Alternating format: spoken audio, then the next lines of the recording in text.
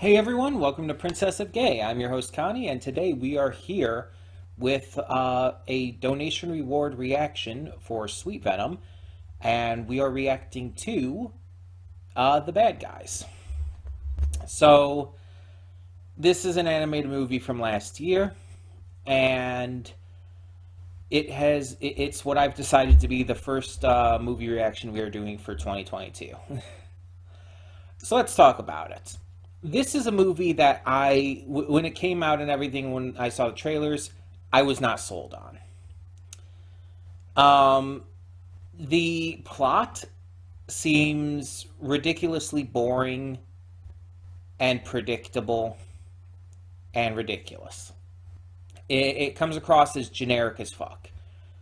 These these bad animal characters, such as a wolf, a snake, a spider, a shark, are bad guys. They're like criminals, and they decide to try and turn over a new leaf and become a good guy. Hijinks ensue. It is the most generic possible idea for a movie. And it's like a lot of studios seem to be doing this kind of thing lately where they try to reinvent the wheel. They try to take an old classic generic concept and make a new movie out of it. Yet it's not really like, it's probably not going to change anything. It's probably not going to be as good as the more original concepts that they do. And a lot of people like to throw around the idea that nothing is technically original nowadays, that because of just how oversaturated the world is and has been with media, everything takes ideas from other places. And to a degree, sure. But the problem with that concept is that there are still plenty of things coming out that are still unique. That even if they take certain things from other places, it's like they still end up being pretty original in their execution. Something like this just seems like super bland. And the same thing goes with that Romeo and Juliet Disney movie that's going to be coming out, I think, this year. It's called Elemental, I believe. With the fire girl and the water guy. It's just Romeo and Juliet. It's just a stupid Romeo and Juliet story again, and it's so overdone. Nothing about it looks interesting at all.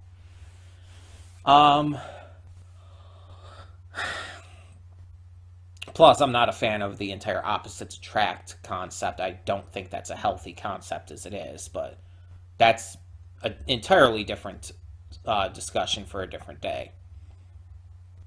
But the point here is, this didn't look interesting to me, and just from the concept alone. And on top of that, in one of the trailers, there's a very questionable scene where the shark guy dresses up as a girl and pretends to give birth, and it's like it's meant as a distraction or something, but it's like the cringiest fucking thing. Like we this is a 2022 film. We should be past the entire male cartoon character dresses up as a woman to get what he wants joke. Honestly, it's very insulting. It's not just cringy, but it's insulting. And it's not necessarily a knock on drag as like a whole or anything. It's the way it's done comes across not as drag, but as manipulative and kind of enforcing negative stereotypes about trans people, if I'm being honest. I'm not one who really what's the word? Nags on that a lot. There are other people who will nag on that entire concept, like, oh, this, and this. It's like it's mocking trans people, it's talking about negative stereotypes. I'm not one to like really nag on that. Like there are people who will outright like demonize drag performances as a whole, um, just because they think that it's mocking trans people. And I don't believe that. I believe that drag and trans people are two different things. And drag is just a performance art. But with these shows and movies and old cartoons and whatnot, that's not how it's being presented. Like even in the classics, it's like you see Bugs Bunny dress up as a woman purely to trick Elmer Fudd. It is purely meant as a ruse in order to fuck with him and, you know, just be a dick. It's meant to be funny. It's meant as comedy too. It's not meant to be like, and that just makes it cringier, and it doesn't age well. A lot of people still like that stuff. I don't. I think that this kind of thing needed to be left in the past. And the fact that a 2022 film does this really does bother me. It doesn't come across as just a character doing drag. It comes across as a character pretending to be a woman to get what he wants. It comes across as using the negative stereotype of a quote unquote trap, um, with trans people. And I'm not a fan of that. Um, but I assume that's probably only for one scene, but still. And I don't know much of anything else about the movie, but I could probably predict like how it ends. Like they're going to try to be good guys. They're going to have something that makes them relapse or makes them like think that they can't do it. And then someone or something is going to come into their life, probably the girl Fox, who I've seen a lot of fan art of because people are obsessed with her. She's probably going to convince them they can do it, and they're gonna go straight at the end and be good guys. It's like it's fucking Wreck-It Ralph. Let's be honest. It's fucking Wreck-It Ralph again. That's kind of the base plot of Wreck-It Ralph if you really think about it. Bad guy tries to become a good guy. Is led to believe through some bad circumstances that he can't end up doing it, but because of the help of others, is brought back into his positive outlook and does become a good guy by the end. It's exactly the same thing, and I bet you anything that's what's going to happen here. If it goes in a direction, okay, a few cop cars just like passed by like in a straight line, and it's like, okay, something's going on somewhere. But anyways, if it goes in any other kind of direction, like if the bad guys remain bad guys at the end, I will be surprised. But honestly, I don't see that happening. I don't see an animated movie that's, let's be honest, made for kids. I don't see it doing that because I feel like that would not work. And I don't think a lot of parents would like that if they did something like that. Because the entire message is going to be about you can turn your life around, you can be a better person, yada yada. It's a thing you've seen a million times before. The only difference is they're animals this time in a world that has some animals and some humans, I guess. Um, That's really the only difference. And honestly, I don't see this being that unique or interesting. Um, I had no real interest in seeing this. Um, so the only way I was going to was if it was chosen as a donation reward, and that's where we're at. But who knows? I might end up liking it. It might surprise me. It's possible. I've been so negative in these pre-thoughts, but the possibility exists that I could end up liking this. And hell, it might surprise me. There might be some twists that I don't see coming. The possibility exists, but I'm not holding my breath. I'm not expecting it. Um, because I just don't feel like that's going to happen. But I'm going to give it the benefit of the... I can't speak. I'm going to give it the benefit of the doubt.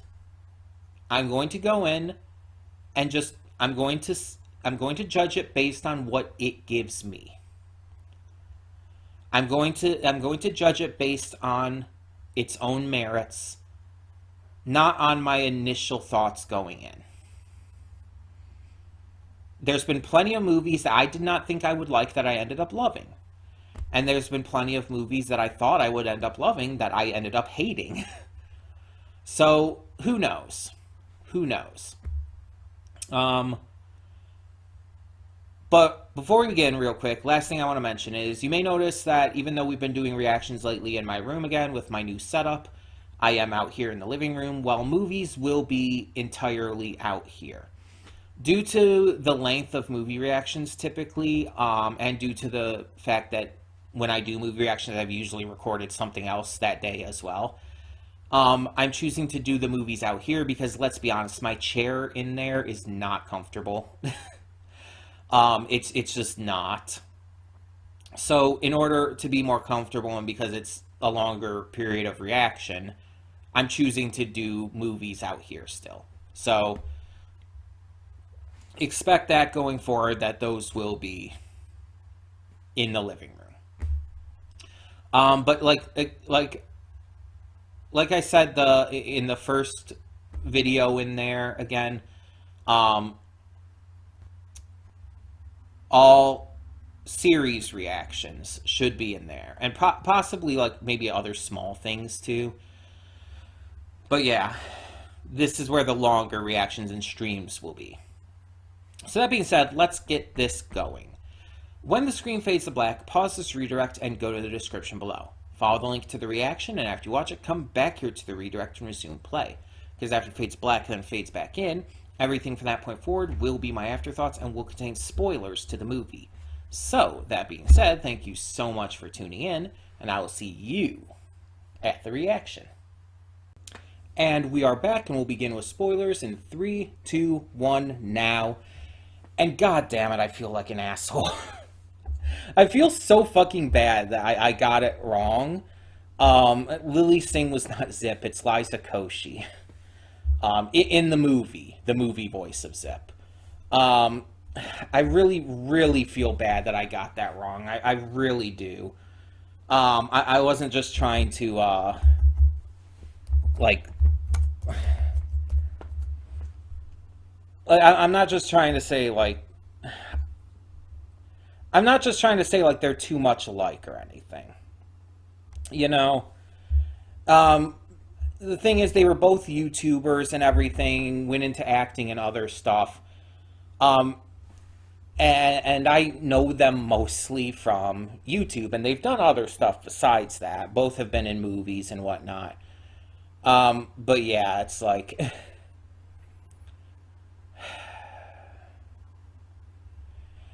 And on top of it, they're also both Indian as well.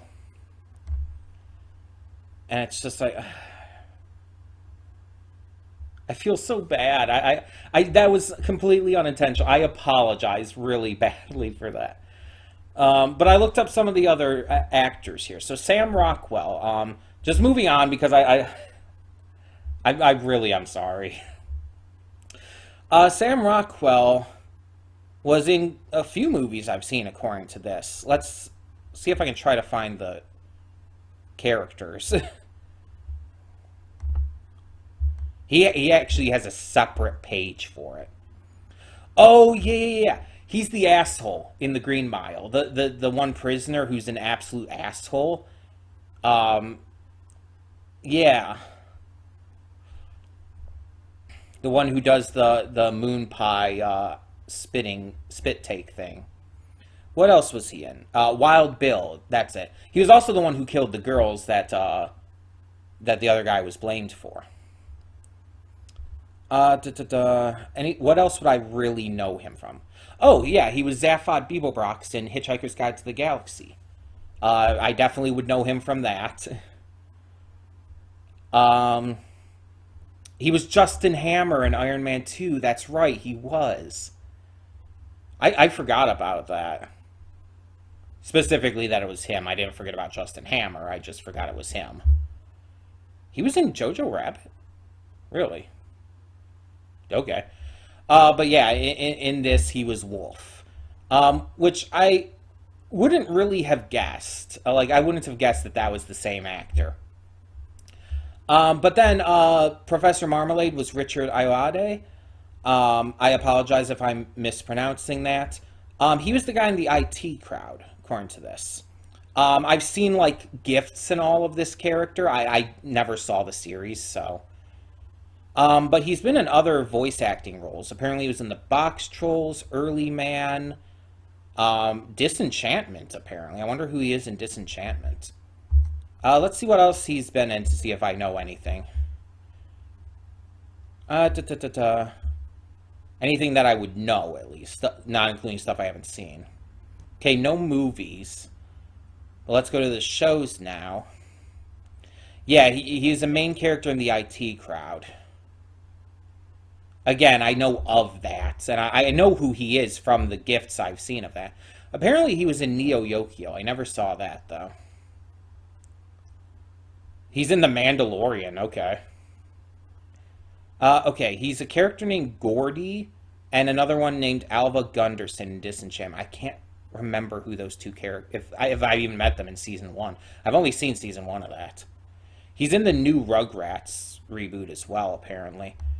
And various random music videos, like from Arctic Monkeys, Yeah Yeah Yeahs, Radiohead. It's like, okay. But moving on, the chief of police was voiced by Alex Borstein. Let's see if I can find something that I know her from, because she was the one who I really feel had the worst vocal performance in the movie, and it felt like notably worse than everyone else.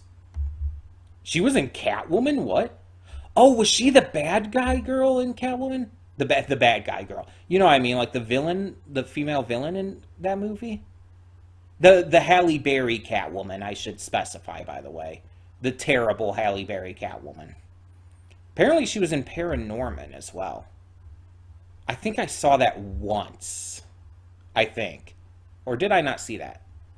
I know I saw Monster House. Did I see Paranorman? Now I'm not even sure. I might have not. Maybe I just heard stuff about it. Oh, she's Lois from Family Guy. Well, there's a big one, even though I hate Family Guy. It's like, I know the character. It's like, okay. She actually, I guess, became a big deal lately when she had when she did like this scream for the character in an episode of Family Guy, and like everybody was acknowledging how visceral the scream was. And so it's like it was all over social media.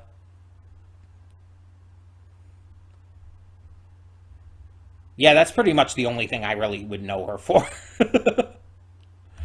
um, Honestly, there's really nothing else here that I would know her for. Um, but I'm not really surprised, though, to be fair. Um, I never really thought Lois had a good voice actress. Of course, I don't think a lot of the VAs in that movie are good, but to be fair. Um, but yeah, so, um, or in that, did I say that movie? I meant that show. But then we have other ones in this, like we have Zazie Beetz, who did fantastic. Anthony Ramos, I would have never guessed that was Anthony Ramos. He's in Hamilton. He's oh God, what is his character's name in Hamilton? Oh my God, he's one of the friends, but he's also Hamilton's son. John Lawrence. Yeah, he's John Lawrence and Philip Hamilton. He was Usnavi in the Heights, which we reacted to. Um, Yeah, he's been in various things, and he's making a name for himself lately. He's becoming a notable actor lately. Obviously, we know who Aquafina is. I've seen Shang Tsung. Or, wow, wow! I just said Shang Tsung. I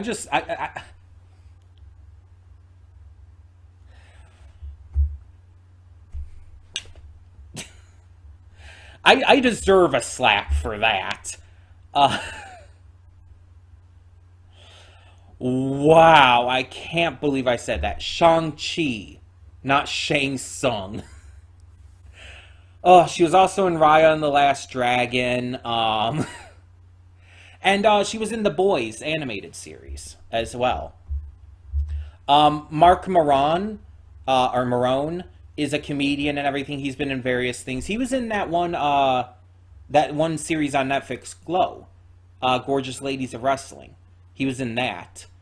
Um, so yeah, but let's actually talk about my thoughts on this movie. We're like almost 10 minutes into these afterthoughts, and I haven't actually given any thoughts on the actual film. So I'm conflicted. I called this movie down to mostly every note. It was so predictable that it was really, really wild how by the numbers this went. Literally every single thing about it I called pretty much. There were only a couple things that surprised me, and it's like it was very little to be fair. But like all the big plot points and all was like so obvious. Like, come on. And I've said this before in various things. Predictability does not necessarily mean lack of quality. And I stand by that. But my God, when the entire film, the climax, everything is so damn predictable. Like, I knew who the Crimson Paw was. I knew that the guinea pig dude, the professor, was going to be the bad guy. I knew that he was going to go good. The others weren't going to agree with him at first, but they were eventually going to see it as well. It's like I didn't necessarily guess that Snake was going to be the holdout, but honestly, that was pretty obvious too, anyway. Um, it's like, come on. It was so predictable. Like there weren't like even the surprises that were there, the few things that I didn't see coming, they weren't that surprising. They weren't like exceptionally surprising. They were small things, and they were just like, oh, I didn't necessarily see that coming. Not like, oh wow, that's really shocking. That really changes things. No, all of the big twists and everything of the film were obvious from the get go. And I say twists very loosely. This was so ridiculously by the books. It was so ridiculously generic as fuck. It was. I had heard nothing about this movie. I saw like maybe one trailer, and I knew what the characters looked like because I've seen some fan art, especially of Diane, because thirsty furries out there. And I'll get to talking about that later, but um, I I knew pretty much nothing about the plot other than what the trailer showed. Bad guys trying to go good. That's pretty much it. I didn't know the specifics. I didn't know details because I hadn't heard anyone talk about any of that. But I have heard a lot of people like praise this film. It's gotten like some huge acclaim actually. Um, and we know how that went before with the Mitchells versus the Machines, a movie that receives huge acclaim, and I just didn't really. It's not that I didn't like it. It's just it wasn't as amazing to me as to everyone else. Um, But Mitchell's versus Machines wasn't this predictable, though, to be fair. This was so fucking predictable. Again, everything was so by the numbers. It was they didn't even try to mix anything up.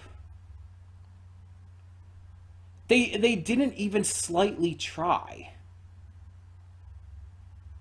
And I'm really hammering this in to say I fucking love this. And I have no idea why, and I'm so conflicted and confused.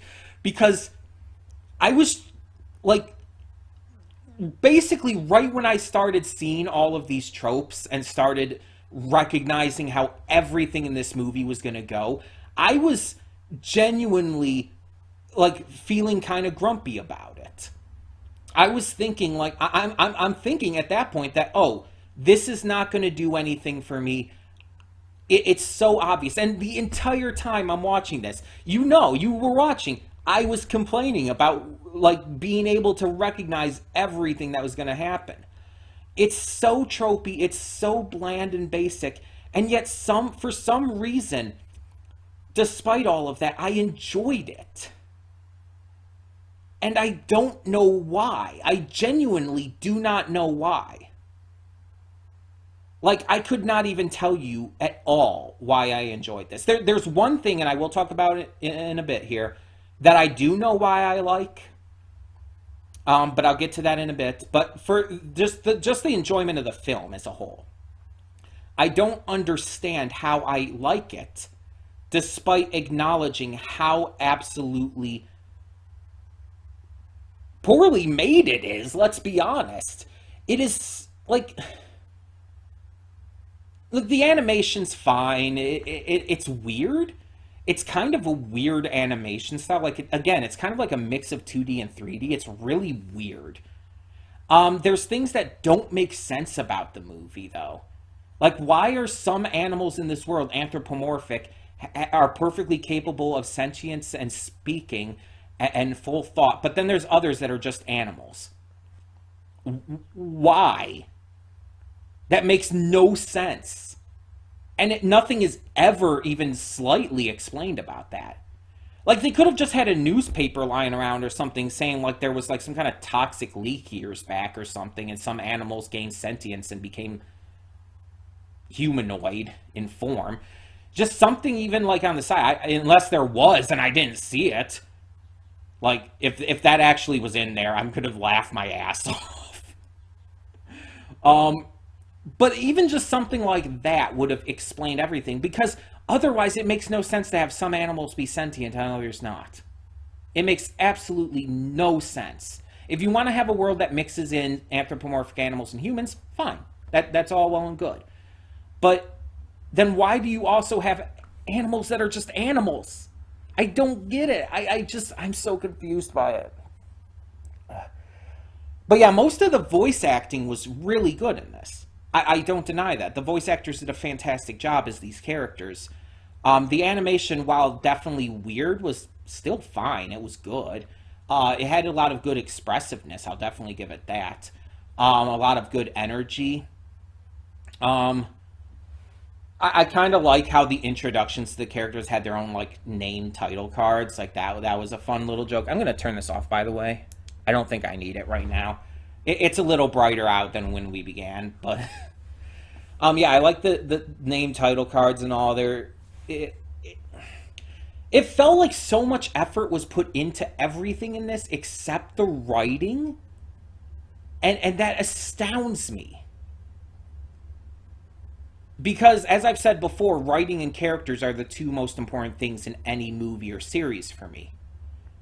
And yet, despite this movie being so poorly, so generically, so blandly written, I still enjoyed it. And I don't know if it's just the blend of the animation, the voice actors, the energy of it, the soundtrack. The soundtrack was actually pretty good. There were a few things in it that I definitely didn't like, mind you. Like, even just ignoring the bafflingly generic nature of it. Like, the scene with Shark in drag was, yeah, as bad as I expected it to be. It was really fucking bad. it was just, we need to leave that trope in the dust, please. It's offensive as fuck. I'm sorry, it really is. Like that, I was actually getting pissed off watching that scene. I do not know if it showed on my face, but I was angry. um, and that's the actual I would say that's the only part in the movie that actually made me angry. Everything else, I was just so baffled by how generic it was, by how tropey it was, like by how little, again, how little effort it seemed was actually put into it, into the story at least. But maybe because of everything else coming together, the characters being, geez, that is getting bright out of nowhere. The characters being likable, the way the voice actors perform, the soundtrack, the visuals and animation and all. Maybe all of that somehow made it enjoyable to me. Maybe that's why I enjoyed it despite the just super blatant tropiness of it. Because literally everything in this has been done before. It's in a lot of ways there's a lot that's just taken straight from Zootopia. Let's be honest. Um, but it's like, yeah, I still somehow enjoyed it.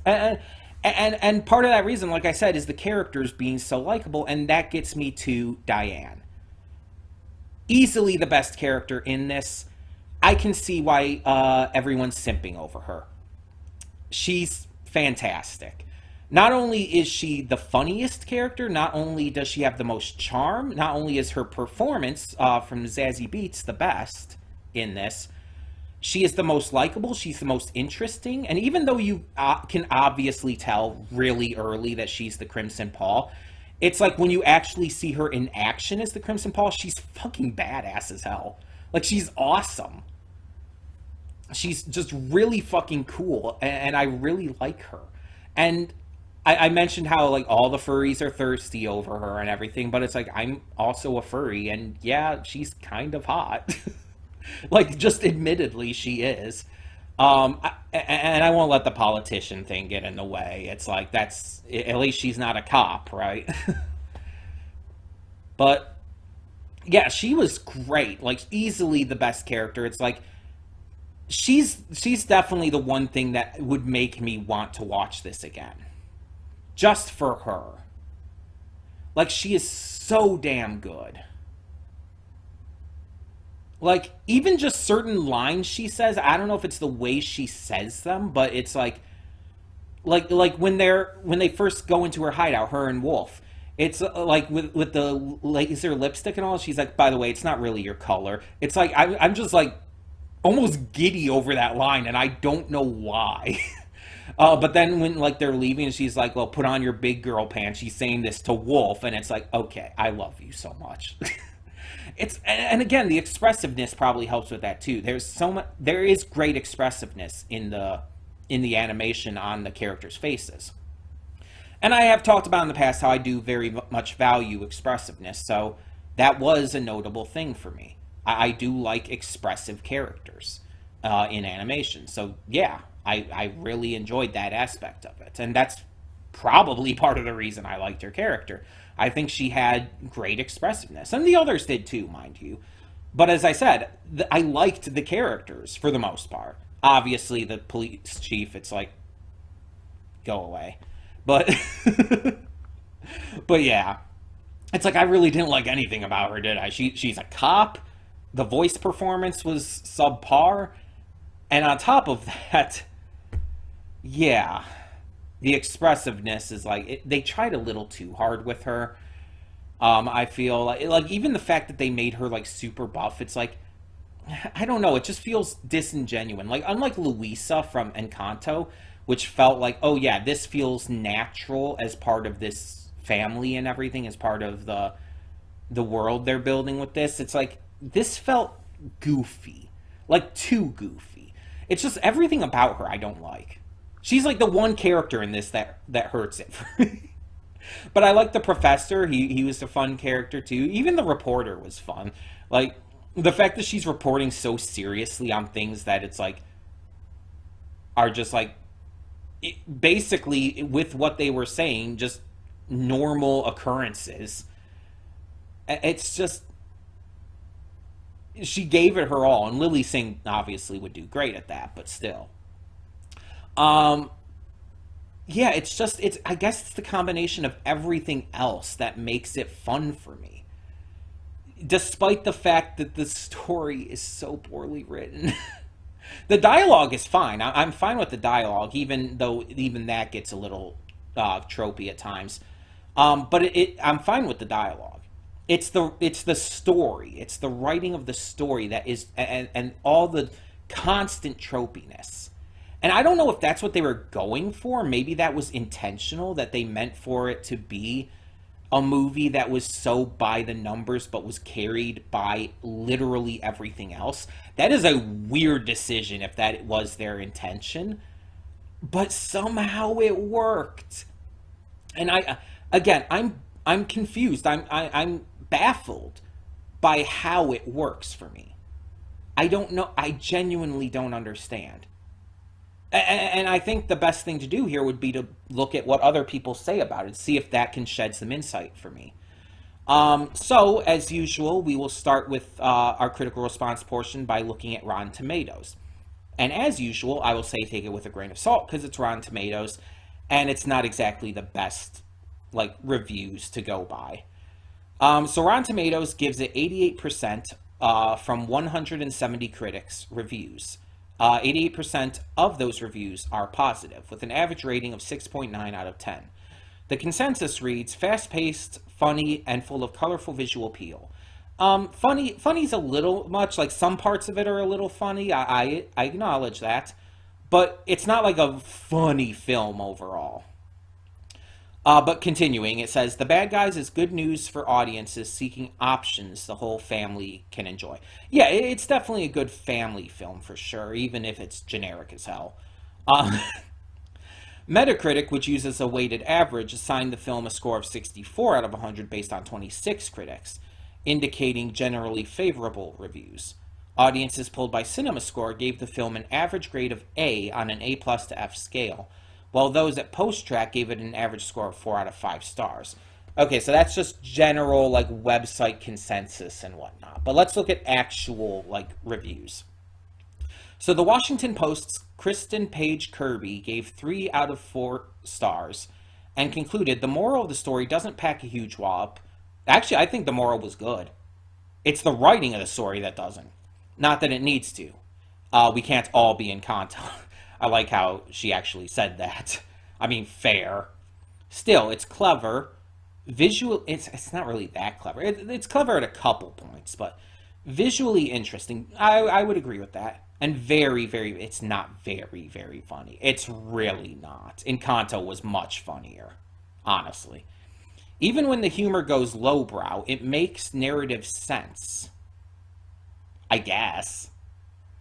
A joke about flatulence is a lot funnier when it's essential to the plot. I disagree. That was definitely the worst joke in the movie.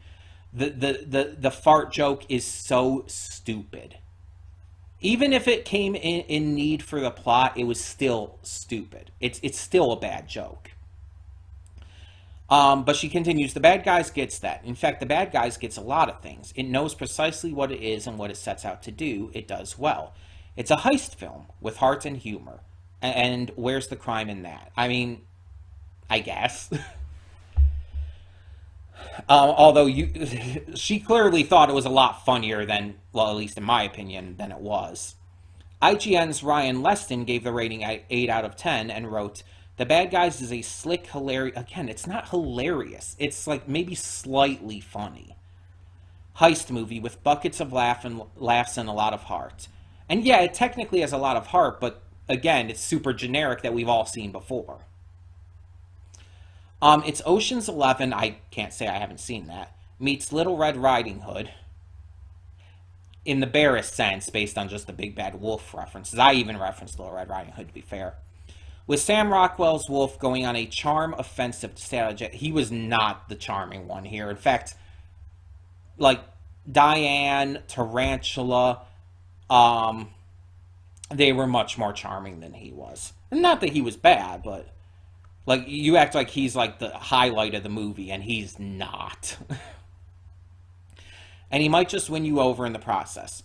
Richard Ayoade had a blast as the sanctimonious Professor Marmalade, and the entire voice cast brings their A game, except for the one, with some stellar gags that will get you roaring with that. No, it won't. Like, if you're roaring with laughter, you have a low... in my opinion, you have a low... God, what's the word? A low standard, that's the word. You have a low standard for humor. It's really not that great with the fun, with the humor. The Bad Guys is a fun, family-friendly caper that's bursting with action and brimming with laughs. Chicago Sun-Times' Richard Roper gave the film 3.5 out of 4 and commented that the animation combines computer-generated 2D and 3D. That's what I said. It's like a mix of 2D and 3D. With a look that will remind you of a Saturday morning cartoon. Not really. I didn't get that vibe from it. Only much crisper and more dazzling. There's nothing photorealistic about the end. No, definitely not. It's stylized and has a very specific definition of heist movie Los Angeles, with the sky so bright it's almost overexposed, and yet somehow creating a bit of a noir vibe. Okay.